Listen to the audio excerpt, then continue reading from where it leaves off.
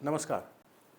इससे पहले कि मैं काम की बात करूं, मैं सबसे पहले कोरोना वॉरियर्स को, जो देश में पूरे तन मन धन के साथ देश की और जनता की सेवा कर रहे हैं, उनके जज्बे को सलाम करता हूं। जिस प्रकार से देश में यह कोरोना का संक्रमण गंभीरता से छाता चला जा रहा है और उसको जिस प्रकार से लड़ाई ये कर रहे हैं, उनको मैं सलाम करता हूं। अब समय है काम की बात की। मन की बात तो मन की ही होती है, लेकिन काम की बात यानी तन की बात उन गरीब लोगों के लिए, मध्यम वर्गीय या उसके नीचे रहने वाले लोगों के लिए जो छोटे मोटे व्यापार करते हैं, या वो लोग जो रोज़ के दैनिक मजदूरी पर रहते हैं, उनके बारे में क्या हम सोच रहे हैं। खैर, ये सारी बातें आगे होंगी। मैं बात नहीं करूंगा आज, किसी की आलोचना नहीं करूंगा, सकारात्मक बातें करूंगा, नीति और नियत की बात करूंगा कि सरकार की नीति और नियत क्या है, हमें अभी तक पता नहीं लगी। न तो हम पूछेंगे उन अच्छे दिनों की बात जिसमें 15 लाख रुपए प्रत्येक खाते में आने थे, 2 करोड़ नौकरियां हर साल में लगनी थी, 2020 तक सबको छत मिलना था, हर नल पे जल आना था। इन सब की बातें मैं नहीं करूंगा। आज हमारे देश में 40,000 बीमार हैं और 1,300 कोरोना संक्रमण के कारण से मौतें हो चुकी हैं। देखा गया है विश्व भर में जहां कहीं भी लॉकडाउन किया गया है, वहां पर ग्राफ यानी बीमारियां जो ऊपर बढ़ती हैं, ज़्यादा होनी शुरू होती हैं, वह लॉकडाउन के बाद सब जगह विश्व भर में नीचे आई और वो फ्लैट हो गया कर्व, यानी कि बराबरी पर आ गया। लेकिन ऐसा क्या है कि हमारे देश में 43 दिन के लॉकडाउन के बाद भी आज इतने सारे केसेस बढ़ते चले जा रहे हैं? उसके बारे में ज़रा जानना ज़रूरी है। इसलिए मैं कुछ प्रश्न पूछना चाहता हूं, नीतियों के बारे में जानना चाहता हूं। हमारे देश में पहला केस 30 जनवरी को आया था और हम सभी जानते हैं कि 23 जनवरी तक चीन के अंदर यह संक्रमण एक भयभीत कर चुका था पूरे चाइना को और बुरी तरीके से बढ़ रहा था। उस समय यह corona United states of America में अपने पांव पसार रहा था, यूरोप के अनेक देशों में पांव पसार रहा था, हमारे यहां 30 जनवरी को आया था। प्रश्न पूछने का यह है कि चाइना ने तो अपने इसको कंट्रोल किया जहां से यह कोरोना वायरस निकला था। हम इसको 43 दिन के लॉकडाउन के बाद भी कंट्रोल क्यों नहीं कर पाए हैं? हमें मालूम है कि हमारे विदेशों में जो बच्चे बाहर पढ़ते थे या दूसरे लोग थे, उनको लाया जा रहा था। मार्च तक यह सिलसिला चलता रहा, कोई रोक टोक नहीं थी।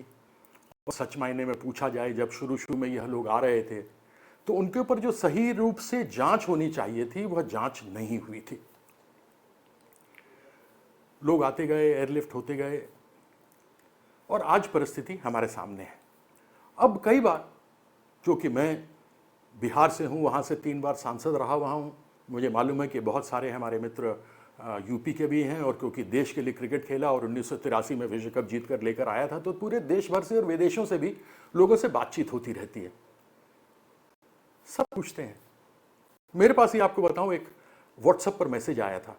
उस पर एक गरीब आदमी था जो दैनिक मजदूरी करता है।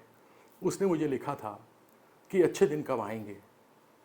उसने लिखा था, अच्छा सिला दिया तूने मेरे प्यार का, यार ने ही लूट लिया घर यार का। इन गरीबों के बारे में हम क्या सोच रहे हैं? भूखमरी से भी लोग मर रहे हैं।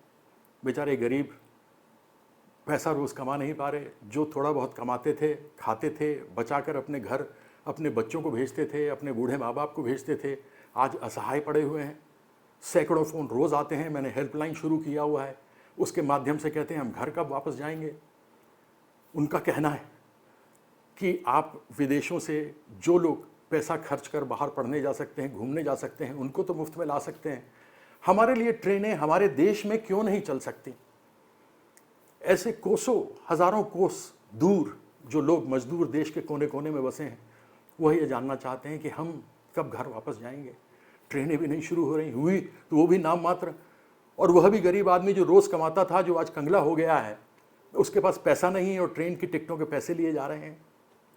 खैर, ये सारी तो बातें हुई।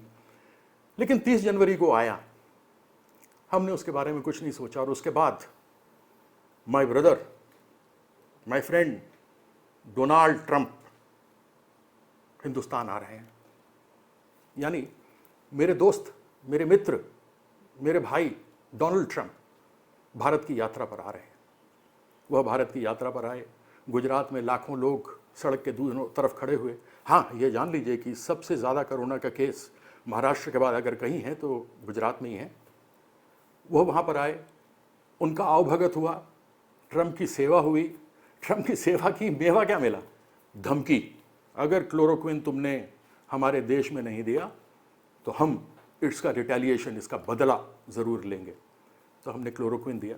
वैसे भी हमारे देश का दिल बहुत बड़ा है और हम सबको यह अपनी तरफ से करते हैं। ट्रंप साहब आए, दिल्ली जल रही थी, दंगे हो रहे थे, ख्याल नहीं था ट्रंप साहब की सेवा करनी थी, ज़रूर करनी चाहिए, क्योंकि विदेश से अमेरिका के प्रेसिडेंट हमारे देश में आए थे, कोई आपत्ति वाली बात नहीं। कोरोना धीरे धीरे अपने पैर पसार रहा था, देश भर में घुस रहा था, उसकी सुध किसी को नहीं थी। ट्रंप साहब गए, वाही हुई, बहुत अच्छे उसके रिपोर्टिंग भी आई, लेकिन कोरोना के बारे में कोई बात नहीं कर रहा था।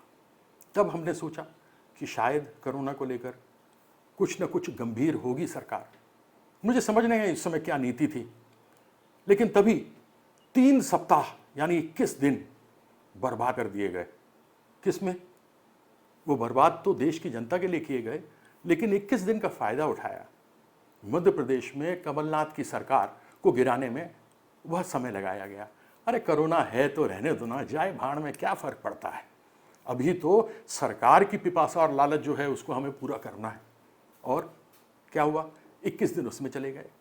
जब सरकार बन गई, सरकार हो गई, तो चैन की नींद ली गई और फिर कहा गया कि इस कोरोना के बारे में कुछ सोचा जाए। 13 जनवरी को पार्लियामेंट में कहा गया था कि केवल 73 केस हैं कोरोना के। और उसके बाद आज लॉकडाउन के बाद जहां कर्व नीचे होना चाहिए था वह ऊपर चढ़ता चला जा रहा है। क्यों? हमारी नीति क्या है? हम जानना चाहते हैं हमारी नीति क्या है, हम क्या कर रहे हैं। डोनाल्ड ट्रंप साहब को हमने प्रसन्न किया, सरकार हमने अपनी बना ली, कोरोना का संक्रमण बढ़ता रहा, उसके बारे में हमने क्या सोचा? इसके बारे में कोई कुछ नहीं बता सकता। अभी कुछ दिन पहले पूंजीपति, बड़े बड़े बिजनेसमैन 68,000 करोड़ रुपए जो उनका ऋण था उसको माफ कर दिया गया। भौचक्के से हम रह गए, हम क्या पूरा देश। लेकिन मुझे समझ नहीं आया कि कभी किसी भी, क्या कहा जाए, न्यूज़ चैनल पर, किसी भी अखबार में ये खबर जरा सी भी नहीं आई। क्या ये 68,000 करोड़ ऋण जो इन पूंजीपतियों का माफ हुआ, क्या उससे हम मदद नहीं कर सकते थे? इन गरीबों को, ये मजदूर जिन्होंने देश को खड़ा किया, जिन्होंने सड़कें बनाई, इमारतें बनाई, अलग अलग बड़े बड़े PSUs बनाए, क्या इन सबों को हम उनके घर इज्जत के साथ वापस नहीं भेज सकते थे? हमने उस चीज़ को नहीं सोचा। अभी कोरोना वॉरियर्स के लिए कल ही 1000 करोड़ से ऊपर फूल बरसाए गए। एयरफोर्स की करोड़ों के ईंधन का खर्चा आया, फूलों के ट्रांसपोर्टेशन का खर्चा आया।